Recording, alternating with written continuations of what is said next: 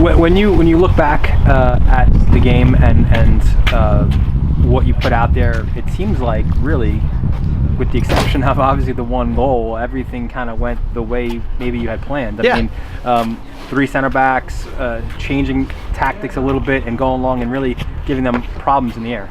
Yes, so it was a very deliberate tactic that we used. They are strict man-to-man.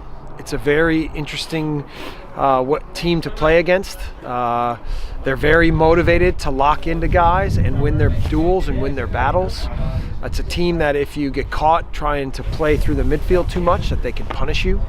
So obviously on the day in their place, we chose to try to eliminate much of that tactic.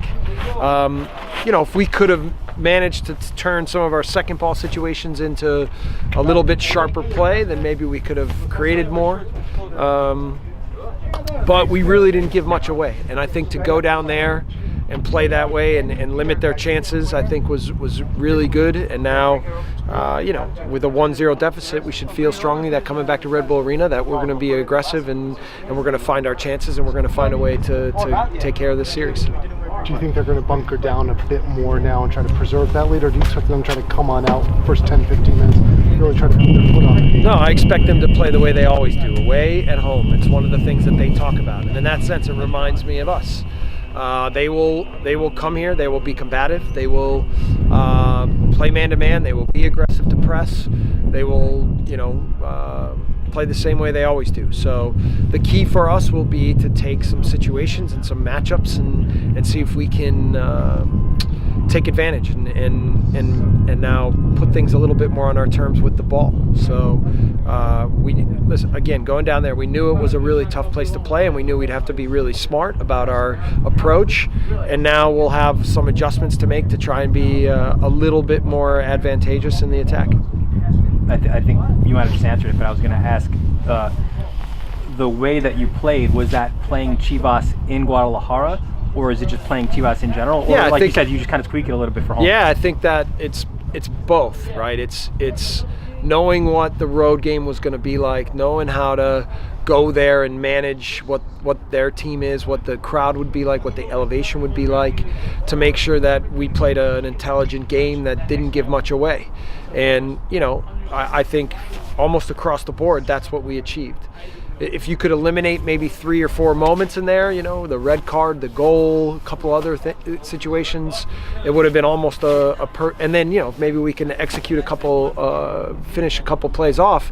I thought that the approach was really good, the execution was really good, and now we'll have to come up with a game plan for what it'll be like at home. Can you just give us a health update on Fidel, where he stands, Tim Parker, what did you determine from Alex Mule, and then also Kaku did not, factor in last week. So Alex Mule is ready to go. He trained today. Tim Parker is fine. He trained today. What was the other one? Fidel is 100%. He trained today. So guys are ready to go.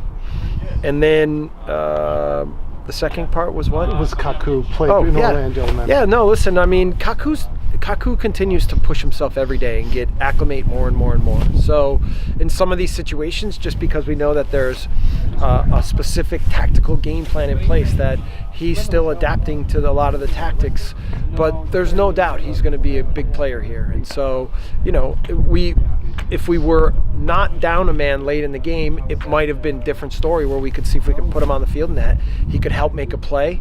But, given what the game plan was and what we needed down there, I think that, the decision to not start him wasn't easy, but one that made sense. And now we'll have to adjust and see how he factors in for this weekend. This week, sorry. Obviously, word comes out yesterday with Pereira getting the 2-game ban for the thing with Sean.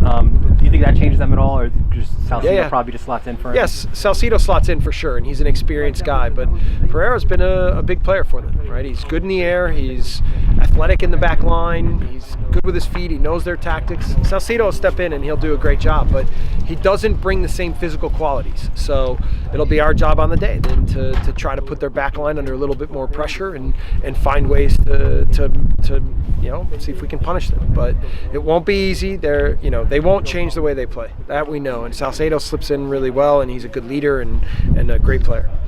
It may not be a home field advantage, in the stands on Tuesday, but are you rooting for cold weather, maybe some flurries? Yeah, cold weather I think would be an advantage. Obviously, we want all our fans to come out and support us. We know that our fans will be there and they'll be loud, right? But they'll also be a Chivas contingent. So it makes for, I think, a very energetic game, a fun game. To have that kind of atmosphere in a big game will be great. But certainly want to encourage all our fans to get out. Come on out, man. Tuesday night. You in the post-game press conference, you were asked about Tyler and the mistake he made, and you were fully confident that he'd have a huge second leg. It's funny. I think maybe it speaks to both his maturity and then also how solid he's been. That people were like, "Whoa, wait a minute, he made this this mistake." He's still a kid, clearly, but Listen, is he? It's not just about him. Being young players make mistakes, and that's normal. We don't want any of our players to feel like now they play to not make mistakes. We have to play and always go after the game. So it was a momentary slip up, and we probably still could have recovered in little ways to take care of it, but they wind up punishing us. And that's what bigger games are like, right? It's all the little details and little things matter. Little things matter in a big way. So but I know that now when we get back at home, that we'll be the aggressor, that we'll be the team that goes after the game, and we'll find a way to really put it on our terms and go after it. The retroactive red card for Chivas, is that something you made CONCACAF aware of? Or? Well, when we reached out to them, they were already on top of it. So really, I have to compliment CONCACAF in their ability to be expedient, to make a decision quickly, to make the right decision. It's one of the simplest processes that we've ever been involved in, because I think they knew they needed to act quickly and they knew the decision they had to make, and they made it clearly, and we can move forward. So my compliments to CONCACAF. I think everybody would agree that it was the right thing to do. You talked about Tim training today. Did he get integrated with the squad at all, or was he just on the side? Yeah, there's a few guys that we took a little that had a little bit less of a load today, but Tim Parker will be ready to go. Okay? Thanks, Jesse. All right. Thanks.